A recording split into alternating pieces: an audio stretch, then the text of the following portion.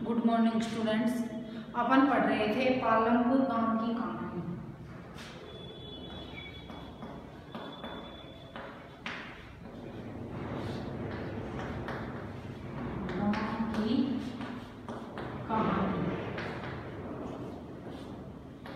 इसमें हमने पढ़ा था कल कि इसमें किस प्रकार से उत्पादन किया जाता है, किन किन चीज़ों का। अब है पालमपुर में खेती।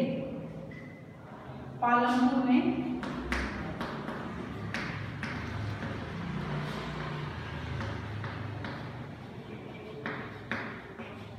खेती। अब अपन को इस दृष्टि से ही पढ़ना है कि इनमें किस किस प्रकार के उत्पादन किए जाते हैं, कौन कौन सी कृषि फसलें की जाती हैं, किस प्रकार का यहाँ इस गांव का अवलोकन इसी संदर्भ में करते हैं कि आर्थिक रूप से ये किस प्रकार से सहायक है। ठीक है, अब देखो भूमि स्थिर है। पालमपुर में खेती उत्पादन की प्रमुख क्रिया है। काम करने वालों में 75% लोग अपनी जीविका के लिए खेती पर निर्भर है। कितने प्रतिशत लोग?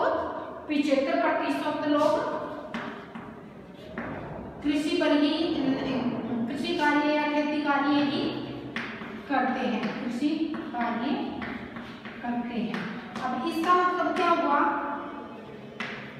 कि वहां की जो जनसंख्या है वो 75% कृषि कार्य में लगी हुई है। ठीक है, वे किसान अथवा कृषि श्रमिक हो सकते हैं। इन लोगों का हित खेतों में उत्पादन से जुड़ा हुआ है कि जितना अधिक उत्पादन होगा उतनी ही इनकी आर्थिक स्थिति सुदृढ़ होगी, अन्यथा ये लोग फिर हर चीज के लिए जैसे परेशान होते हैं।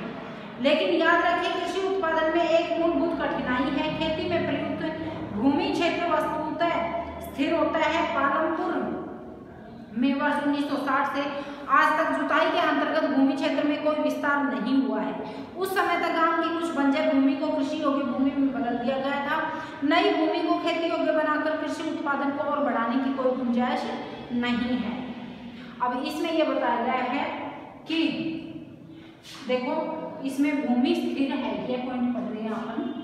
भूमि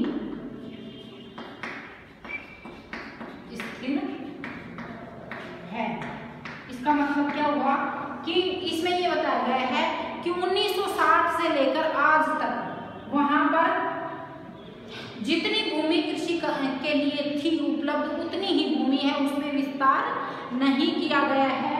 इसमें 75% जनसंख्या कृषि कार्यों में ही लगी हुई है। अब जनसंख्या धीरे धीरे बढ़ रही है तो कृषि क्षेत्र कम ही होता जा रहा है, अधिक नहीं हुआ है। ठीक है, तो इसका मतलब क्या हुआ कि इस गांव में जो लोग हैं उनका जो व्यवसाय है वो प्राथमिक व्यवसाय या कृषि कार्य ही मुख्य व्यवसाय है। जिससे अब कृषि है वो देखो भारत में कृषि एक, जैसे कृषि में ज्यादा यंत्रों का इनका प्रयोग नहीं किया जाता, इसलिए ज्यादा विकसित अवस्था में नहीं है। अब देखो अगला पॉइंट है, क्या उसी भूमि से अधिक पैदावार करने का कोई तरीका है? अब मैंने बताया कि भूमि स्थिर है। स्थिर का मतलब है कि भूमि लगातार कृषि भूमि जो है वो घटती ही जा रही है क्योंकि जनसंख्या जो बढ़ रही है। अब अपन ने पढ़ा कि 1960 के बाद में भूमि में कोई कृषि भूमि में कोई विस्तार नहीं हुआ है। जो 1960 में जो वन क्षेत्रों को इनको साफ करके जो भूमि कृषि के लिए तैयार की गई थी वही आज तक चली आ रही है, उसमें बल्कि कमी हो रही है, अधिक नहीं हुई है। तो इसे ये कहा गया है दूसरे पॉइंट में कि क्या उसी भूमि से अधिक पैदावार करने का कोई तरीका है? तो देखो यहाँ जिस प्रकार की फसल पैदा की जाती है और जैसी सुविधाएं उपलब्ध है उन्हें देखते हुए पालमपुर उत्तर प्रदेश के पश्चिमी भाग के गांव की तरह लगता है। पालमपुर में समस्त भूमि पर खेती की जाती है, कोई भूमि बेकार नहीं छोड़ी जाती है। बरसात के मौसम खरीफ में किसान ज्वार और बाजरा उगाते हैं। अब खरीफ की कौन सी फसल है? खरीफ और रबी दो फसलें होती हैं। खरीफ में ज्वार व बाजरा उगाते हैं। बाजरा मुख्य फसलें कौन सी उगाई जाती हैं? ज्वार व बाजरा। इन पौधों को पशुओं के चारे के लिए प्रयोग में लाया जाता है। इसके बाद अक्टूबर और दिसंबर के बीच आलू की खेती होती है। सर्दी के मौसम में रबी में गेहूं उगाया जाता है। उत्पादित गेहूं में से परिवार के खाने के लिए रखकर शेष गेहूं किसान रायगंज की मंडी में बेच देते हैं। भूमि के एक भाग में गन्ने की खेती भी की जाती है। जिसकी वर्ष में एक बार कटाई होती है। गन्ना अपने कच्चे रूप में या गुड़ के रूप में शाहपुर के व्यापारियों को बेचा जाता है।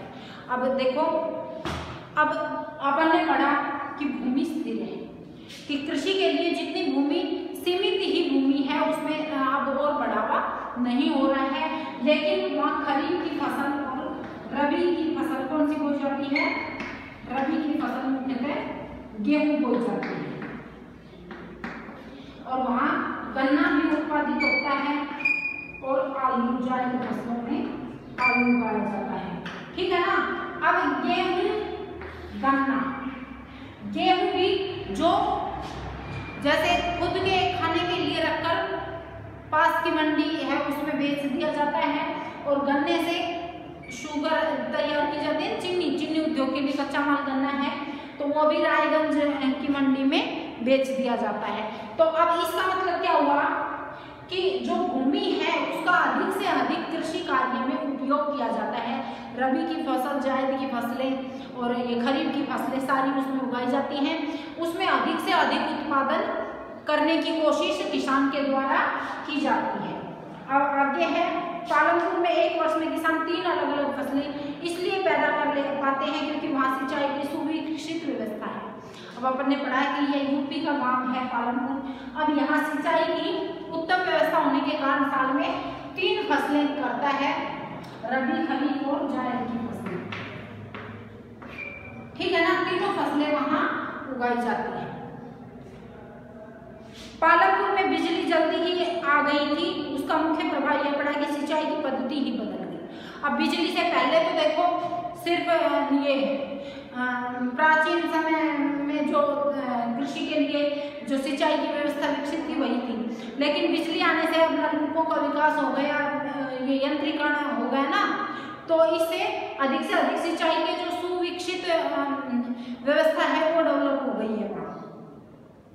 उसका मुख्य प्रभाव यह पड़ा कि सिंचाई की पद्धति ही बदल गई है। तब तक किसान कुओं से नहर के द्वारा पानी निकालकर छोटे छोटे खेतों की सिंचाई किया करते थे। लोगों ने देखा कि बिजली से चलने वाले नलकूपों से ज्यादा प्रभावकारी ढंग से अधिक क्षेत्र की सिंचाई की जा सकती थी। ठीक है। प्रारंभ में कुछ नलकूप सरकार द्वारा लगाए गए थे, पर जल्दी ही किसानों ने अपने निजी नलकूप लगाने प्रारंभ कर दिए। परिणाम स्वरूप 1970 के दशक के मध्य तक 200 हेक्टेयर के पूरे जुते हुए क्षेत्र की सिंचाई होने लगी। अब नलकूपों का जब विकास हो गया, बिजली की व्यवस्था होने से वहाँ पे सिंचाई के जो साधन थे उनका विकास अधिक हुआ है। अब इनमें क्या हो गया कि जो नलकूपों का विकास किया गया, पहले तो सरकार ने लगाए थे लेकिन अब सभी लोगों ने अपने अपने खेतों में लगा लिए और अधिक से अधिक क्षेत्र की सिंचाई नलकूपों के द्वारा की जा रही है। एक वर्ष में किसी भूमि पर एक से ज्यादा फसल पैदा करने को बहुविध फसल प्रणाली कहा जाता है। एक वर्ष में एक खेत में एक से अधिक फसलें जहाँ उगाई जाती हैं वो क्या कहलाता है? बहुविध सिंचाई फसल प्रणाली। बहुविध सिंचाई प्रणाली, फसल प्रणाली।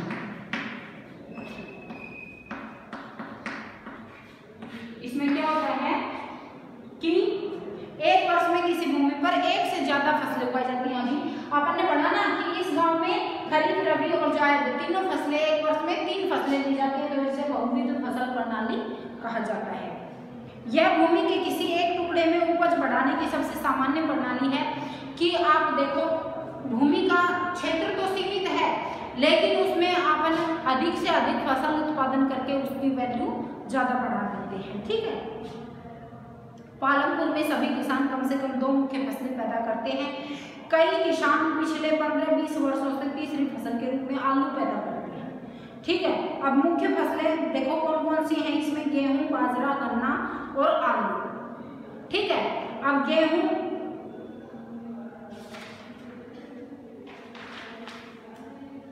अब देखो इसमें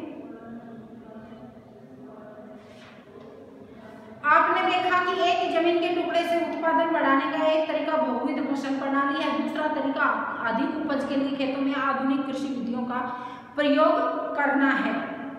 उपज को भूमि के किसी टुकड़े में एक ही मौसम में पैदा की गई फसल के रूप में मापा जाता है। 1960 के दशक के मध्य तक खेती में प्रारंभिक बीजों का प्रयोग किया जाता था, जिसकी उपज अपेक्षाकृत कम थी। परंपरागत बीजों को कम सिंचाई की आवश्यकता होती थी। किसान उर्वरकों के रूप में गाय के गोबर तथा दूसरी प्राकृतिक खाद का प्रयोग करते थे। यह सब किसानों के पास तत्काल ही उपलब्ध था, इन्हें इसको खरीदना नहीं पड़ता था। अब देखो 1960 में, इसके बाद में ये और पढ़ लेते फिर समझा दूंगी। 1960 के दशक के अंत में हरित क्रांति ने भारतीय किसानों को अधिक उपज देने वाले बीजों HYV के द्वारा गेहूं और चावल की खेती करने के तरीके सिखाए। परंपरागत बीजों की तुलना में HYV बीजों से एक ही पौधे से ज्यादा मात्रा में अनाज पैदा होने की आशा थी। इसके परिणाम स्वरूप जमीन के उसी टुकड़े में पहले की अपेक्षा कहीं अधिक अनाज की मात्रा पैदा होने लगी। यद्यपि अति उपज प्रजातियों वाले बीजों से अधिकतम उपज पाने के लिए बहुत ज्यादा पानी तथा रासायनिक खाद और कीटनाशकों की जरूरत थी। अधिक उपज केवल अति उपज प्रजातियों वाले बीजों, सिंचाई, रासायनिक उर्वरकों और कीटनाशकों आदि के संयोजन से ही संभव थी। भारत में पंजाब, हरियाणा और पश्चिमी उत्तर प्रदेश के किसानों ने खेती के आधुनिक तरीकों का सबसे पहले प्रयोग किया। इन क्षेत्रों में किसानों ने खेती में सिंचाई के लिए नलकूप और HYV बीजों, रासायनिक उर्वरकों और कीटनाशकों का प्रयोग किया। इनमें से कुछ ने ट्रैक्टर और फसल गाने के लिए मशीनें खरीदी, जिसमें जुताई और कटाई के काम को तेज कर दिया। इससे गेहूं की ज्यादा पैदावार होने लगी। पालमपुर में परंपरागत बीजों से गेहूं का उपज 1300 किलोग्राम प्रति हेक्टेयर था, जबकि HYV बीजों से उपज 3200 किलोग्राम प्रति हेक्टेयर तक पहुंच गई। गेहूं के उत्पादन में बहुत अधिक वृद्धि हुई। किसानों के पास बाजार में बेचने को अब अधिशेष गेहूं की काफी मात्रा उपलब्ध थी। अब देखो अपन ने इसमें पढ़ा है कि इसमें बहुविध फसल प्रणाली का इस गांव में विकास किया गया। इसमें एक खेत में एक वर्ष में एक से अधिक फसलें ली गई, जैसे खरीफ की, रबी की और जायद की। अब मुख्य फसलें कौन कौन सी हैं? गेहूं, ज्वार, बाजरा, गन्ना और आलू, ये फसलें इसमें पैदा की जाती थी। 1960 से पहले तक इसमें परंपरागत तरीके से ही कृषि की जाती थी, लेकिन 1960 के बाद जब हरित क्रांति आई, हरित क्रांति का मतलब क्या है? हरित क्रांति 1966 में आई, ठीक है ना।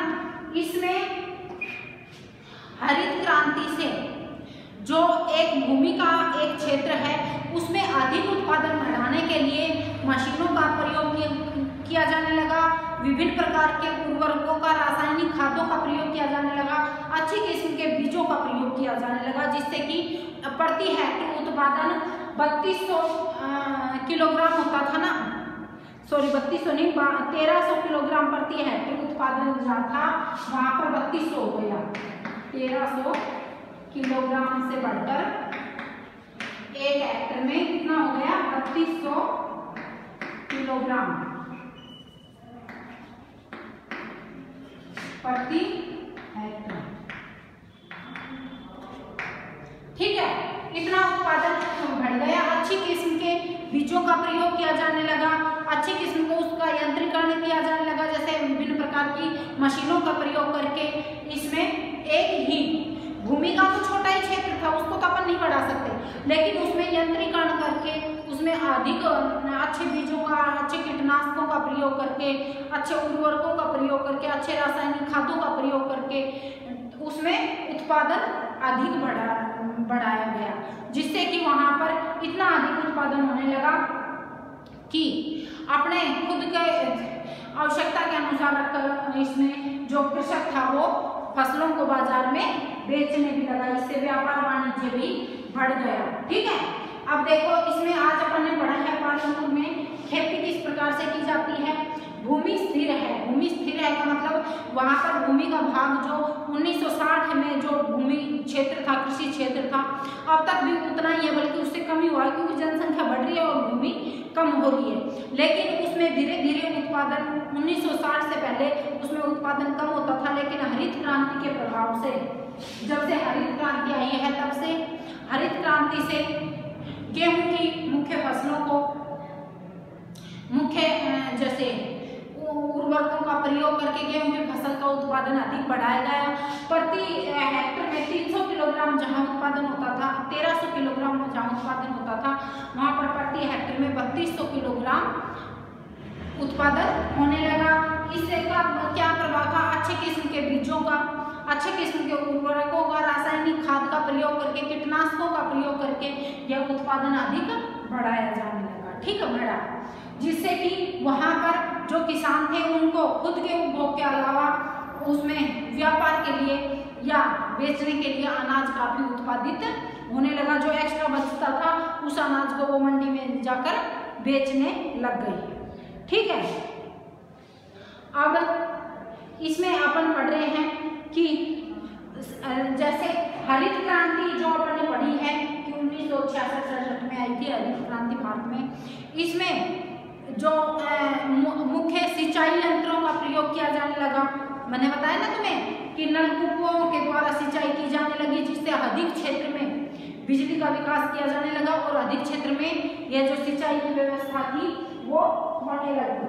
उसके अलावा है कीटनाशकों का प्रयोग किया जाने लगा कि फसलों में जो पहले क्या होता था हरित क्रांति के प्रभाव से, हरित क्रांति आने से पहले कि फसलों में जैसे कोई मौसमी बीमारी लग जाती तो वो फिर फसल नष्ट हो जाती थी या उत्पादन बहुत ही कम होता था। लेकिन हरित क्रांति में कीटनाशकों का प्रयोग किया जाने लगा कि जो भी बीमारी है उसके लिए जैसे ये स्प्रे वगैरह निकलते हैं कि कीटनाशक दवाओं का छिड़काव, जिससे कि वो फसल पूरी तरह नष्ट नहीं होती है बल्कि उसमें उत्पादन उतना ही किया जा सकता है, वो बीमारी नष्ट हो जाती है वो स्प्रे वगैरह करके। इसके अलावा था रासायनिक खादों का निर्माण, ठीक है, उर्वरकों का निर्माण और विभिन्न प्रकार के जो बीज थे उनमें अच्छी किस्म के बीजों का प्रयोग किया जाने लगा, जिससे कि फसल में उत्पादन बढ़ा है। अब इससे आगे अपन कल पढ़ेंगे